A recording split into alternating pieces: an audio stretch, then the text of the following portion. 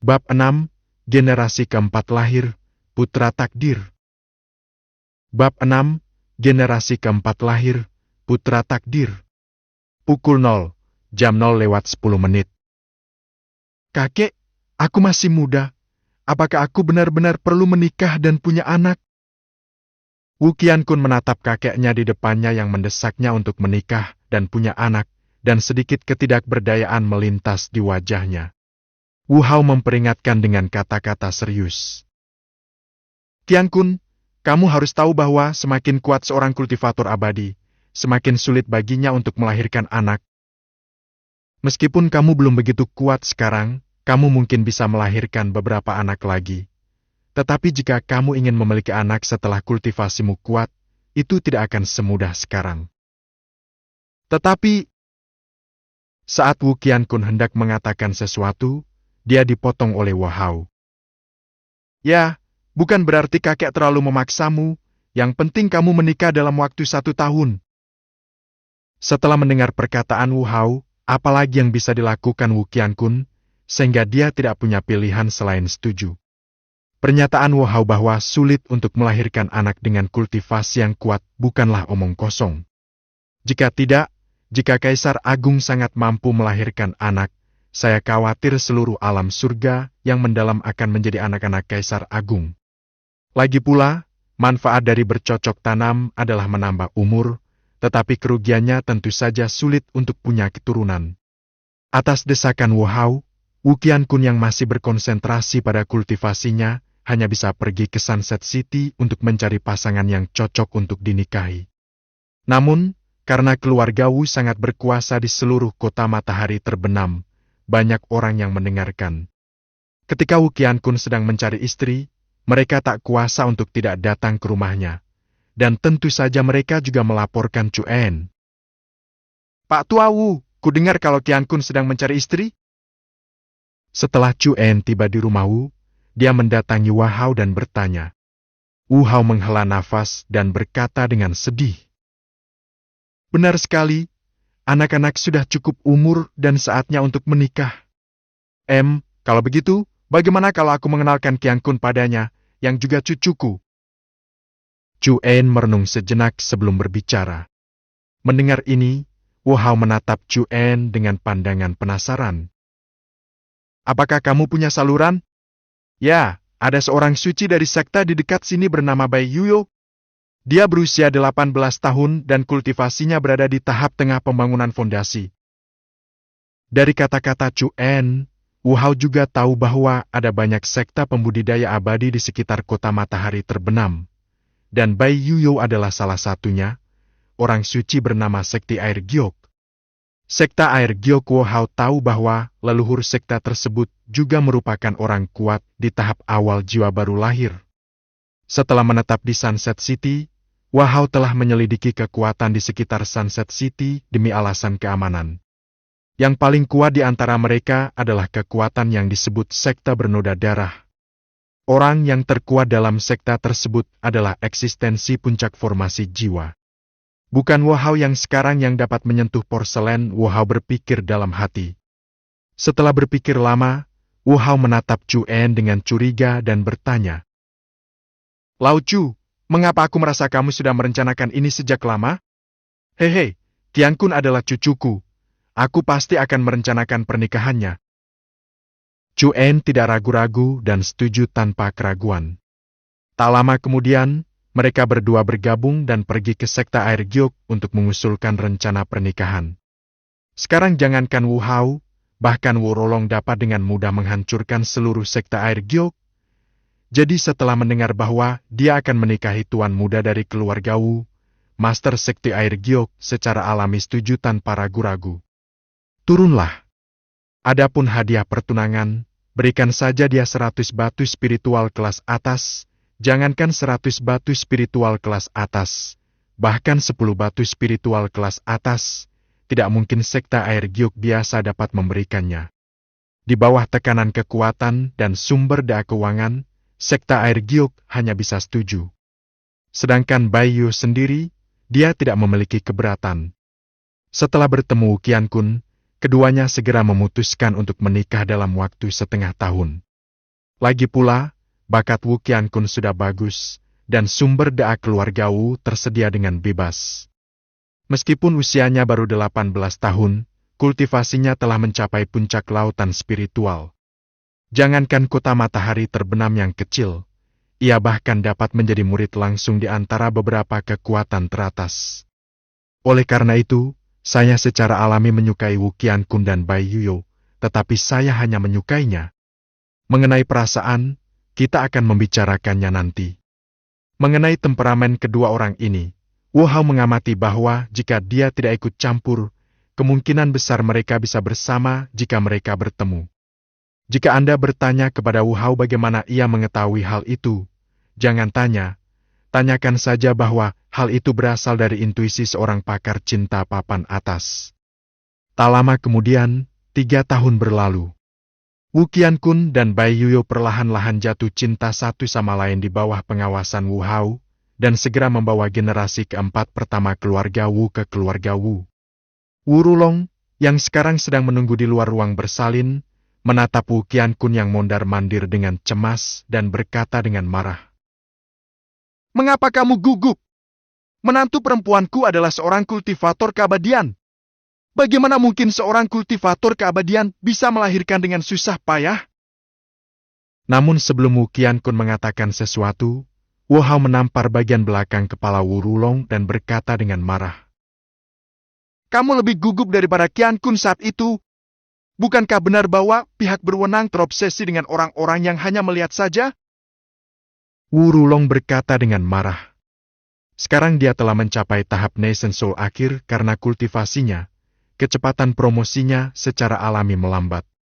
Tepat ketika Wu Qiankun hendak mengatakan sesuatu, langit di luar berubah dalam sekejap. Saya melihat sinar cahaya warna-warni memancar di langit luar, yang dapat dilihat dengan jelas dari jarak ribuan mil, dan bahkan bayangan yang menakutkan dapat terlihat di awan. Dan dengan munculnya penglihatan ini, orang-orang kuat di seluruh dunia surga mendalam membuka mata mereka satu demi satu. Tepat ketika mereka hendak menyelidiki di mana penglihatan itu muncul, mereka dihentikan oleh Wu Hao. "Turunlah." Meski begitu, pergerakan penglihatan itu tetap diperhatikan oleh banyak orang berkuasa. Fenomena alam. Ini adalah kelahiran seorang pria yang sangat beruntung. Datanglah dan temukan dia. Pastikan untuk membawanya di bawah komando kita di Pulau Penglai. Sembahlah yang kuat. Dia adalah orang yang sangat beruntung. Jika kau berhasil mendapatkannya, kau dapat menaklukkan dunia. Bahkan jika kau menjungkir balikan seluruh dunia surga yang mendalam, kau harus menemukannya. Arah itu sepertinya berada di wilayah selatan, cepat cari dia. Meskipun Wu Hao tidak mendengar apa yang mereka katakan, dia tidak dapat menduga bahwa karena cucunya, air di seluruh wilayah selatan mungkin mulai melonjak. "Ayah, apa yang terjadi?" Wu Rulong juga terkejut oleh perubahan mendadak itu, dan ekspresinya menjadi serius. Wu Hao menarik napas dalam-dalam, lalu melihat ke arah ruang bersalin dan bergumam. "Sepertinya cicitku bukanlah sesuatu yang sederhana." Begitu pikiran Wu Hao berakhir, suara sistem juga berdering. "Deng, telah terdeteksi bahwa putra takdir muncul di antara keturunan tuan rumah." "Jadi dia adalah putra takdir?" "Jika demikian, semuanya bisa dijelaskan. Aku hanya berharap putra takdir ini tidak akan membawa bencana apapun bagi keluarga Wuku." Wu Hao diam-diam berpikir dalam hatinya, meskipun umpan balik 1.000.000 kali lipat dari putra takdir menggerakkan hati Wu Hao, dia juga tahu secara mendalam bahwa setiap keluarga yang memiliki putra takdir akan naik takhta atau mengorbankan seluruh keluarga mereka. Namun, tidak ada cara lain. Sekarang anak-anak takdir telah muncul, mereka tetaplah cicitnya. Dia hanya bisa berusaha sekuat tenaga untuk mencoba membawa pergi seluruh keluarga Wu. Namun dengan bantuan sistem, hal itu seharusnya tidak terlalu sulit. Bab 7, menyempurnakan kekosongan. Bab 7, menyempurnakan kekosongan. "Kakek, berilah nama pada anakku." Wu Qiankun datang ke Wu Hao sambil menggendong putranya, matanya penuh harap. Bagaimanapun, Wu Hao yang memberi mereka nama. Dia dengan hati-hati mengambil cicitnya dari pelukan Wu Qiankun. Melihat si kecil yang masih memegang jarinya, identitas Wu Hao muncul di benaknya. Nama, TBD. Identitas, putra takdir, reinkarnasi dari makhluk yang kuat. Bakat, akar spiritual tertinggi. Fisik, tubuh suci kuno. Melihat pesan dari cicitnya, Wu Hao merenung lama sebelum berbicara. Dia sudah sangat luar biasa sejak lahir, jadi mari kita panggil dia Wu Yifan. Saya harap dia tidak akan terlalu mencolok dalam hidupnya. Kakek, bukankah nama ini terlalu bagus? Wu Qiankun bertanya dengan ragu-ragu. Namun Wu Hao menggelengkan kepalanya, lalu berkata dengan nada yang sangat serius. Apakah kamu tidak memperhatikan penglihatan saat Yifan lahir? Keluarga Wu kita tidak memiliki kekuatan untuk melindunginya. Seluruh alam surga yang mendalam jauh lebih kuat daripada keluarga Wu kita, jadi arti nama ini adalah harapan. Dia akan aman dalam kehidupan ini. Hanya orang biasa yang bisa selamat. Setelah mendengar kata-kata kakeknya, Wu Qiankun memahami niat baik kakeknya dan tidak dapat menahan perasaan tersentuh. Karena Wu Hao mengambil tindakan untuk menutupi penglihatan itu, bahkan jika kekuatan besar dari dunia surga mendalam mengetahui bahwa orang yang sangat beruntung itu berada di wilayah selatan, mereka tidak akan dapat menemukan lokasi Wu Yifan untuk sementara waktu. Waktu berlalu seperti ini dengan tenang selama 8 tahun berikutnya. Selama 8 tahun ini, generasi ketiga keluarga Wu pada dasarnya mulai berlatih. Sementara Wu Rulong dan Chu Qingshu juga menangguhkan rencana kelahiran mereka dan mulai berlatih dengan sepenuh hati. Tentu saja, Wu Rulong secara alami adalah kepala keluarga, jadi sekarang Wu Rulong harus berlatih dan mengurus urusan keluarga, jadi tekanannya masih cukup tinggi. Namun, karena keluarga Wu saat ini tidak terlalu besar dan populasinya tidak terlalu banyak, sebenarnya tidak banyak urusan keluarga yang perlu diurus. Kakek, bolehkah aku mulai berlatih sekarang? Hari ini, Wu Yifan telah tumbuh menjadi pemuda yang cukup tampan. Hari ini adalah ulang tahunnya yang ke-8, jadi dia berlari ke Wu Hao pagi-pagi sekali dan bertanya dengan penuh semangat. Wu Hao berpikir sejenak lalu mengangguk. Sebenarnya, Wu Hao juga memikirkan dengan saksama metode kultivasi Wu Yifan. Karena Wu Yifan adalah putra takdir dan memiliki tubuh suci kuno, metode kultivasi biasa hanya akan menjadi beban baginya, jadi dalam 8 tahun terakhir, Wu Hao telah mencari latihan yang cocok untuk tubuh suci kuno. Dia benar-benar menemukannya. Ini adalah teknik yang kakek temukan khusus untukmu. Teknik ini disebut Kitab Suci Dharma Kuno. Jika kau mempraktikannya hingga mencapai pencapaian agung, kau dapat menyaingi Kaisar Agung hanya dengan kekuatan fisikmu. Setelah mendengar apa yang dikatakan kakek buyutnya, mata Wu Yifan tiba-tiba berbinar dan dia berbicara dengan nada yang sangat bersemangat. Kakek, aku ingin berlatih, aku ingin setara dengan Kaisar Agung. Baiklah, kakek akan mengajarimu cara berlatih sekarang. Wajah Wu Hao juga menunjukkan ekspresi puas. Untungnya, era ini tidak sebagus era yang dia kenal sebelumnya. Tubuh suci kuno belum terputus oleh surga, jadi itu berarti batas atas masa depan Wu Yifan benar-benar lebih tinggi dari Kaisar Surgawi asli. Dan segera, Wu Hao berhasil mengajari Wu Yifan cara berlatih. Hanya dalam beberapa tarikan napas, Wu Hao menghabiskan sumber da'a untuk kultivasi Wu Yifan. Hanya tinggal 1 langkah lagi untuk menerobos ke tahap pembangunan fondasi. Namun, ia ditekan oleh Wu Hao. Tanpanya, jalur kultivasi membutuhkan 1 langkah pada 1 waktu. Itu harus diselesaikan sebelum menerobos ke tahap pembangunan fondasi. Hanya dengan meletakkan fondasi yang baik, Wu Yifan dapat melangkah lebih tinggi dan lebih jauh di masa depan. Meskipun ia hanya berhasil mencapai puncak formasi Jia, ada umpan balik berjuta-juta kali lipat. Hanya dalam sekejap, tingkat kultivasi Wu Hao tak dapat menahan diri untuk meningkat pesat. Ternyata Wu Hao hanya berada di puncak formasi Jia, karena Wu Yifan mulai berlatih. Jadi ranah Wu Hao tiba-tiba tidak dapat menahan diri, dan dia langsung menerobos ke tahap tengah pemurnian Void. Kakek, apa yang sedang kamu lakukan? Wu Yifan menatap Wu Hao dengan bingung dan bertanya. Wu Hao menggelengkan kepalanya dan berkata dengan nada yang sangat serius. Yifan, kamu harus ingat bahwa kamu tidak boleh tidak sabar saat berlatih. Sama seperti gedung yang tinggi, setiap alam perlu diselesaikan dan dipoles sebelum menerobos. Hanya dengan cara ini kamu dapat mencapai alam yang lebih kuat di masa depan. Apakah kamu mengerti? Jadi begitu. Ketika Wu Yifan mendengar ini, dia tiba-tiba mengerti, mengangguk, dan setuju. Baru pada saat itulah Wu Hao menunjukkan ekspresi puas. Bagaimanapun, potensi Wu Yifan di masa depan akan sangat tinggi. Dengan bantuan Wu Yifan, dia pasti akan mampu mencapai level yang sangat kuat. Segera, generasi keempat dari keluarga Wu juga mulai berlatih, dan tingkatan Wu Hao juga mulai meningkat dengan latihan terus-menerus dari semua orang di keluarga Wu. 10 tahun telah berlalu, Wu Yifan berhasil menerobos ke tahap inti emas, dan Wu Hao juga berhasil naik ke puncak melampaui kesengsaraan. Hanya selangkah lagi untuk menjadi orang suci legendaris. Tenanglah. Jika kau tidak menjadi kaisar agung, masih akan ada bahaya besar di seluruh dunia langit yang mendalam.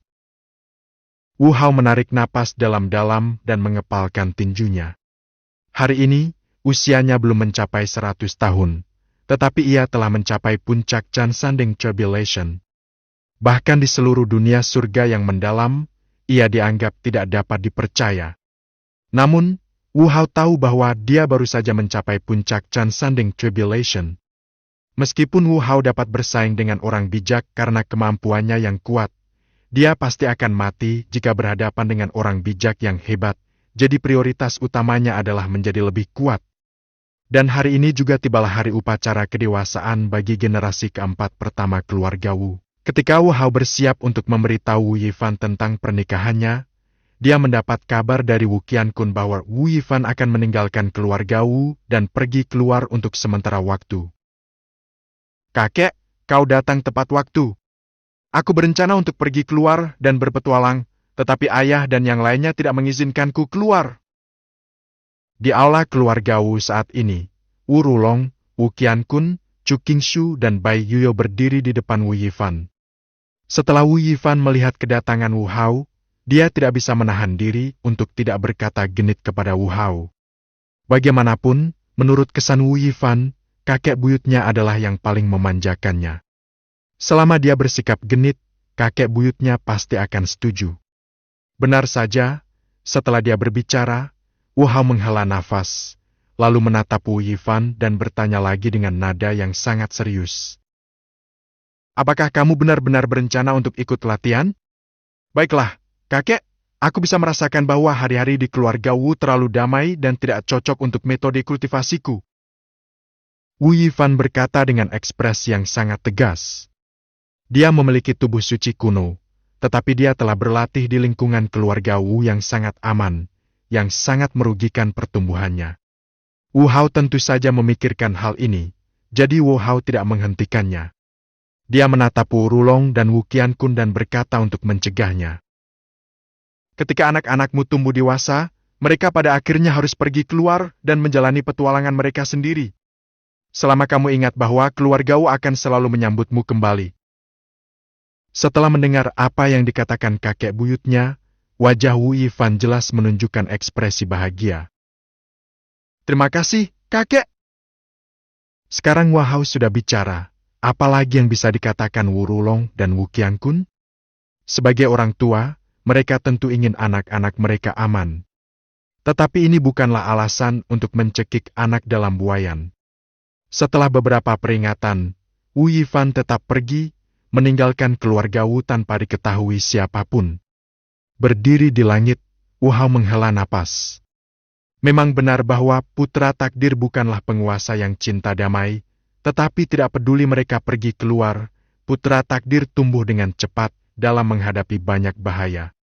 Dengan kata lain, kecepatan terobosan Wu Yifan akan lebih cepat setelah meninggalkan keluarga Wu, dan dia juga akan bisa menjadi lebih kuat lebih cepat.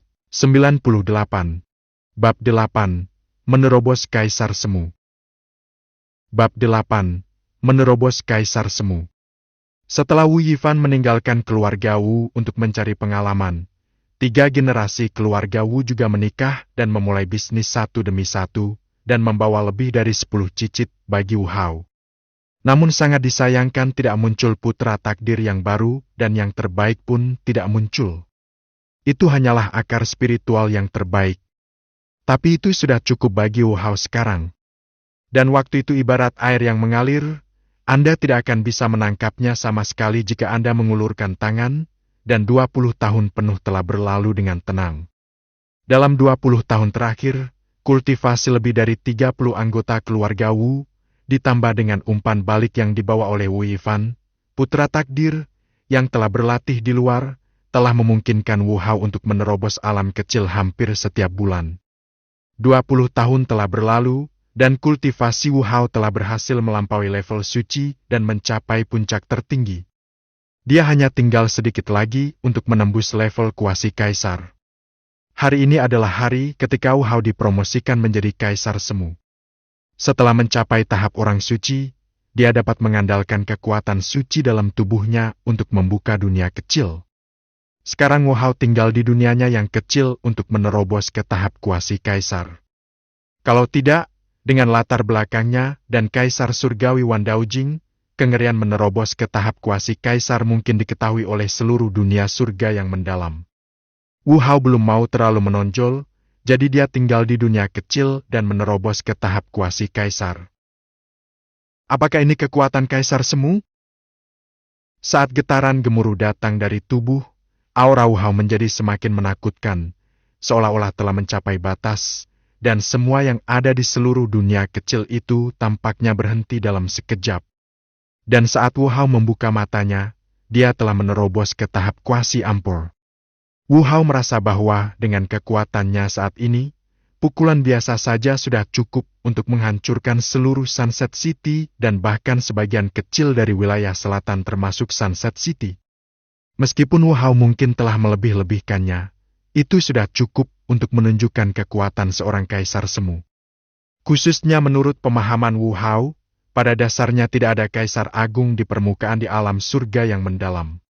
Alam surga yang mendalam tampaknya mengalami semacam kutukan. Kaisar agung terakhir muncul sejuta tahun yang lalu. Sebelumnya, bahkan keempat negara adik kuasa di dunia langit yang mendalam sekarang hanya memiliki kaisar semu yang memimpin. Tentu saja, dengan latar belakang mereka, bahkan jika mereka tidak memiliki kaisar agung yang kuat, mereka masih dapat melawan kaisar agung. Bukan karena hanya kekuatan yang pernah memiliki kaisar agung dan memiliki senjata kaisar saja yang dapat disebut sebagai kekuatan super, sedangkan senjata kaisar sangatlah mengerikan. Bahkan seorang kaisar semu pun dapat menandingi kaisar agung meski ia memegang senjata kaisar. Dengan kekuatanku saat ini, aku tidak bisa terlalu menonjol. Aku akan menunggu sampai aku menembus alam tak terkalahkan.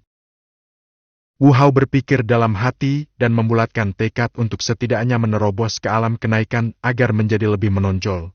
Tetapi dia tidak tahu apa yang sedang terjadi dengan istrinya.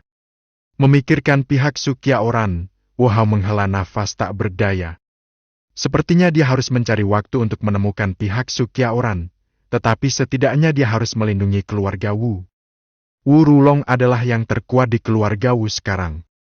Dia telah menembus tahap awal pemurnian kehampaan. Meskipun dia masih terlalu lemah dibandingkan dengan Wu Hao, dia sudah dianggap tak terkalahkan di sekitar kota matahari terbenam yang kecil. Detik berikutnya, alis Wu Hao berkerut tanpa sadar, dan dia tiba-tiba menghilang ke dalam dunia kecil. Saat ini, di depan pintu rumah keluarga Wu, sesosok tubuh berlumuran darah berjalan selangkah demi selangkah ke arah keluarga Wu. Aura di tubuhnya sangat lemah, seolah-olah dia akan jatuh di detik berikutnya. Kakek, maafkan aku. Akulah yang telah mengecewakan kehormatan keluarga Wu. Sosok itu melihat ke arah keluarga Wu, ekspresi wajahnya penuh rasa malu, lalu dia tidak dapat menahannya lagi dan langsung jatuh. Tepat saat dia hendak jatuh ke tanah, Wu Hao muncul di depannya tepat waktu dan memegangnya dengan erat. Melihat penampilan Wu Yifan yang menyedihkan, ekspresi di wajah Wu Hao sangat tenang, tetapi kemarahan di hatinya tidak bisa lagi ditekan.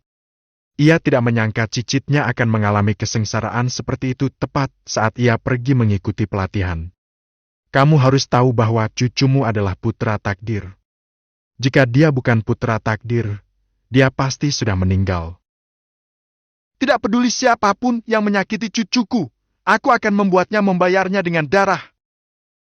Tanpa sempat berpikir, Wahao menggunakan kekuatannya sendiri untuk membantu Wu Yifan menstabilkan keadaan tubuhnya dan mencegahnya bertambah parah. Setelah melakukan semua ini, ia membawa Wu Yifan kembali ke keluarga Wu. Pada saat yang sama, di sebuah gunung yang jauh dari keluarga Wu, beberapa sosok mengenakan jubah hitam yang wajahnya tidak terlihat memperlihatkan aura kemarahan. Aku ceroboh. Aku tidak menyangka anak ini memiliki jimat teleportasi tingkat tinggi. Jika kita gagal membawanya kembali, akan sulit bagi kita untuk mempertanggungjawabkan Sang Putra Kudus. Apa yang kau takutkan? Meskipun anak itu berhasil lolos dengan jimat teleportasi luar angkasa, dia tetap terluka parah oleh kita. Dia hanyalah seorang suci. Dia bisa melarikan diri kemanapun dia bisa. Singkatnya, mari kita cari dia terlebih dahulu.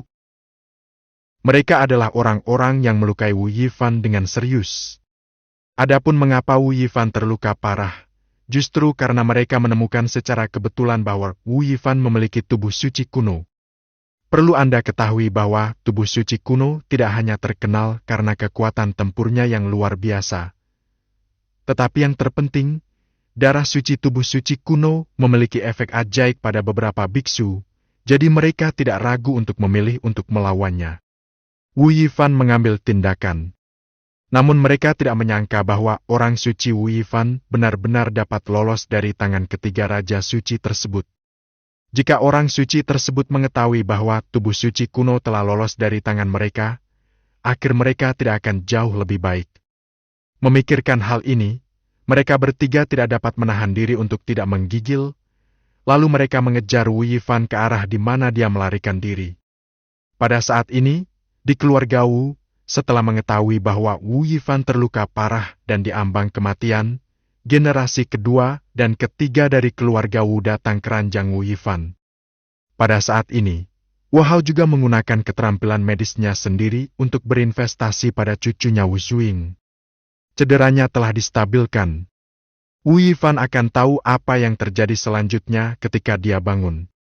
Wu Qiankun berdiri di samping tempat tidur Wu Yifan dengan ekspresi yang sangat muram, sementara Bai Yuyo memegang tangan putranya dan menangis terseduh-seduh.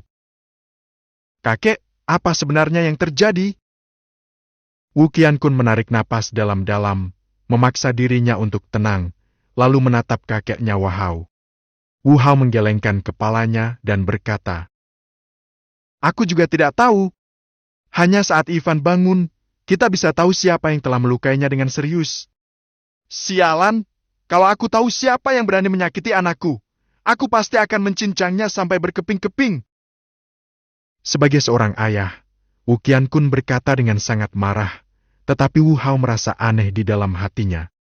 Wu Qiankun sekarang berada pada tahap awal pembentukan jiwa, dan kondisi Wu Yifan terlihat jelas di mata Wu Hao, tahap awal kesucian.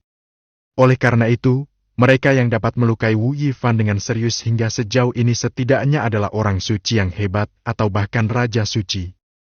Bahkan jika Wu Qiankun bekerja keras selama 100 tahun lagi, dia mungkin bukan lawannya. Namun Wu Hao tidak mengatakannya dengan lantang, menyerahkan masalah tersebut kepada cicitnya untuk diselesaikan. Ini adalah iblis dalam diri Wu Yifan. Hanya dengan memecahkan iblis dalam diri, ia dapat menembus ke kondisi yang lebih kuat. Bab 9. Wu Yifan bangun, kakek meninggalkannya padaku. Bab 9. Wu Yifan bangun, kakek meninggalkannya padaku. Akhirnya, dengan berkah keterampilan medis Wu Hao, butuh 3 hari bagi Wu Yifan untuk bangun dengan santai. Di mana aku? Apakah aku sudah mati? Wu Yifan membuka matanya yang berat dengan sedikit tenaga, lalu melihat sekelilingnya dan berkata dengan beberapa keraguan. Bagaimanapun, keluarga Wu saat ini jauh lebih besar daripada keluarga Wu sebelumnya, jadi wajar jika Wu Yifan tidak mengingatnya. Pelayan yang menjaga Wu Yifan melihat Wu Yifan hendak bangun dan bergegas turun untuk memberitahu Wu Hao dan yang lainnya. Tidak lama kemudian, Wu Hao dan yang lainnya bergegas datang dari pintu, dan tidak bisa menahan napas lega setelah melihat Wu Yifan sadar kembali. Bai Yuyo, di sisi lain, tidak bisa menahan tangis sambil memegang tangan Wu Yifan. "Nak, tahukah kamu? Kamu khawatir dengan ibumu." Setelah melihat tangisan ibunya dan kekhawatiran di wajah keluarga di sekitarnya, apakah Wu Yifan masih tidak tahu bahwa dia telah kembali ke rumah? Hanya saja tingkat kultivasi dalam tubuhnya telah menghilang dan hancur oleh serangan 3 Raja Suci yang kuat. Namun Wu Yifan tidak patah semangat. Bagaimanapun, dia adalah seorang jenius dengan hati yang jenius, jadi dia tidak akan peduli dengan hal-hal seperti itu. Dia hanya perlu berlatih lagi. "Bu, aku baik-baik saja. Bukankah aku orang baik?" Setelah Wu Yifan mendengar tangisan ibunya, dia tidak bisa menahan diri untuk menghiburnya. Tanpa diduga, hal itu membuat Bai Yuyo semakin marah. "Baiklah, kalau kakek buyutmu tidak bertindak, aku khawatir kamu akan mati di jalan. Aku tahu, lain kali aku tidak akan membiarkan hal ini terjadi lagi." Wu Yifan hanya bisa berjanji berulang kali, dan kemudian Bai Yuyo berhenti mengejarnya. Wu Qiankun juga datang ke Wu Yifan dan berkata dengan ekspresi yang sangat muram. "Nak, beritahu ayah siapa yang menyakitimu. Dia akan membalaskan dendammu." "Baiklah, lupakan saja. Ayah tidak sebanding dengan pihak lainnya." Wu Yifan menyentuh hidungnya, lalu berkata dengan sedikit malu. Namun Wu Qiankun jelas tidak mendengarnya. Ia mengira putranya menganggap ayahnya terlalu lemah dan tidak berani membiarkan ayahnya bertindak, jadi ia melanjutkan. "Tidak apa-apa, Nak. Katakan pada ayahmu kalau aku adalah orang kuat di tahap awal pembentukan jiwa." Lagi pula, kultivasi Wu Yifan telah hancur saat dia kembali. Jadi Wu Qiankun berpikir musuh yang dihadapi putranya tidak akan terlalu kuat. Setelah mendengar kata-kata Wu Qiankun, Wu Yifan hanya bisa menghela nafas tak berdaya dan setuju. "Baiklah, orang yang menghancurkanku adalah orang kuat dari tahap awal 3 Raja Suci." "Hai MPH, hanya 3 orang. Tunggu, apa itu 3 orang? Wu Qiankun baru saja hendak mengatakan bahwa ketiga Raja Suci itu masih dalam tahap awal, tetapi dia segera menyadari bahwa tenggorokannya seperti tersumbat dan dia tidak bisa mengatakan apa-apa. Ekspresi wajah anggota keluarga Wu di sekitarnya juga terkejut. Jelas, mereka tidak menyangka bahwa kultivasi Wu Yifan begitu kuat. Bisakah dia lolos dari tangan Raja Suci yang kuat? Ekspresi Wu Yifan juga menunjukkan rasa takut akan kehidupan selanjutnya. Jika bukan karena ia telah mencapai tahap awal kultivasi orang suci dan memiliki tubuh suci kuno yang kuat, ia mungkin tidak akan dapat melarikan diri. Meskipun tidak ada yang tersisa di wilayahnya, Wu Yifan memiliki cukup keyakinan untuk melampaui puncak lagi dan menjadi Kaisar Agung. Jadi, Nak, tahap kultivasi apa yang telah kau capai dalam 20 tahun terakhir ini? Wu Qiankun menelan ludahnya dan bertanya dengan nada yang sulit.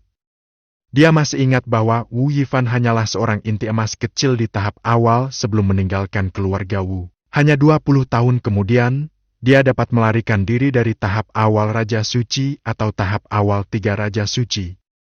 Seberapa kuatkah Wu Yifan? Hanya sebuah keberuntungan bahwa saya mencapai tahap awal kesucian.